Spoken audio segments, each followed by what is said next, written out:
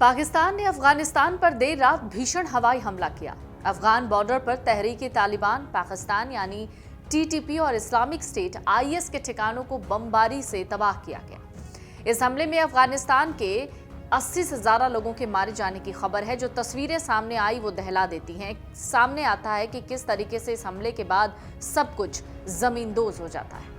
पाकिस्तानी सुरक्षा सूत्रों के मुताबिक ये कार्रवाई अफगानिस्तान के नंगरहार, पख्तिका और खोस्त प्रांत के 7 जगहों पर की गई है। रमजान के महीने में पाकिस्तान के हमले से भड़के अफगानिस्तान ने जवाबी कार्रवाई की धमकी दे डाली है। लेकिन पाकिस्तान और अफगानिस्तान में आखिर ये तनाव क्यों है? पाकिस्तान के सूचना मंत्रालय की माने तो सोशल मीडिया प्लेटफॉर्म एक्स पर एक बयान पाकिस्तान का सूचना मंत्रालय देता है। कहता है कि पाकिस्तानी सेना ने अफगानिस्तान में टारगेट अटैक किए। पख्तिका स्टेट के बरमल और उर्गुन जिले में हवाई हमला हुआ। नंगरहार के खोग्यानी, बहसूद और गनी खेल जिलों में बमबारी की गई। नंगरहार में हुए हमले में एक घर के 23 लोग मलबे के नीचे दब गए, जिनमें से 19 लोगों की जान चली गई। खुफिया जानकारी के आधार पर 7 आतंकी ठिकानों पर हमला किया गया।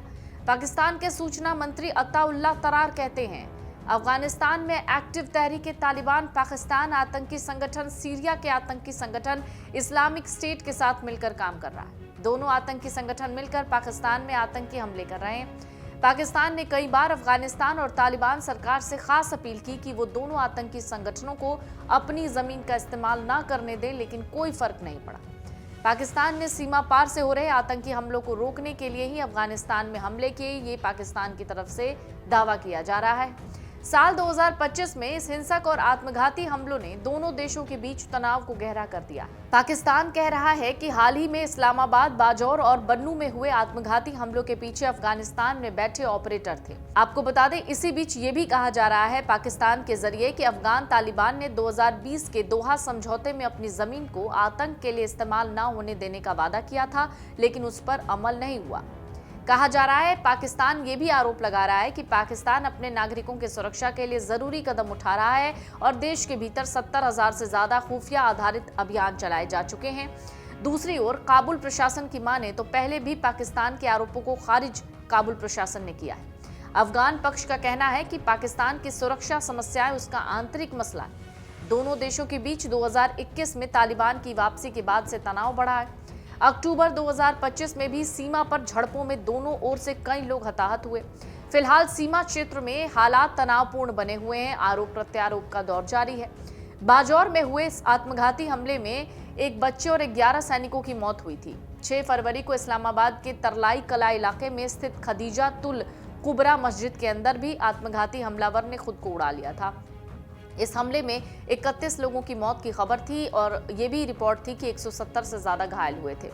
इस हमले की जिम्मेदारी सीधे सीधे इस्लामिक स्टेट ने ली थी। खदीजा तुल कुबरा मस्जिद पर 3 महीने में दूसरा बड़ा हमला हुआ था। इन्हीं हमलों का बदला लेने के लिए पाकिस्तान ने अफगानिस्तान पर हमला किया, ऐसा पाकिस्तान का कहना है। पाकिस्तान के सूचना मंत्रालय के सोशल मीडिया प्लेटफॉर्म एक्स पर बयान जारी करके कहा गया कि सेना ने खुफिया जानकारी के आधार पर यह ऑपरेशन चलाया।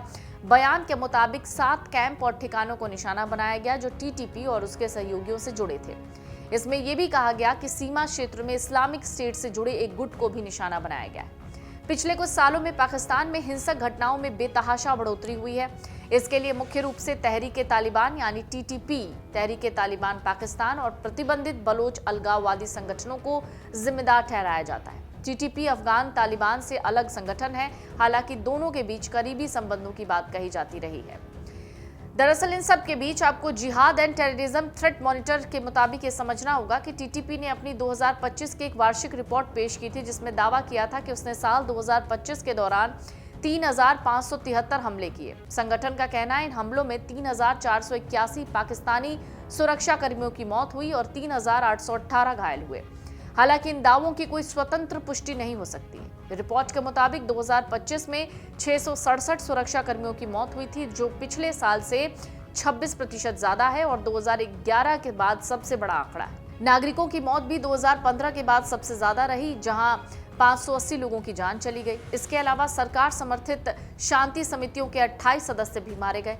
ग्लोबल टेररिज्म इंडेक्स 2025 में पाकिस्तान को आतंकवाद से प्रभावित देशों की सूची में दूसरी जगह पर रखा गया है। रिपोर्ट में कहा गया है 2025 में कम से कम 1066 आतंकी हमले हुए, जिनमें 26 आत्मघाती हमले शामिल थे। ज्यादातर हिंसाएं खैबर पख्तूनख्वा और बलूचिस्तान प्रांतों में केंद्रित रही, जो अफगानिस्तान की सीमा से लगे हैं।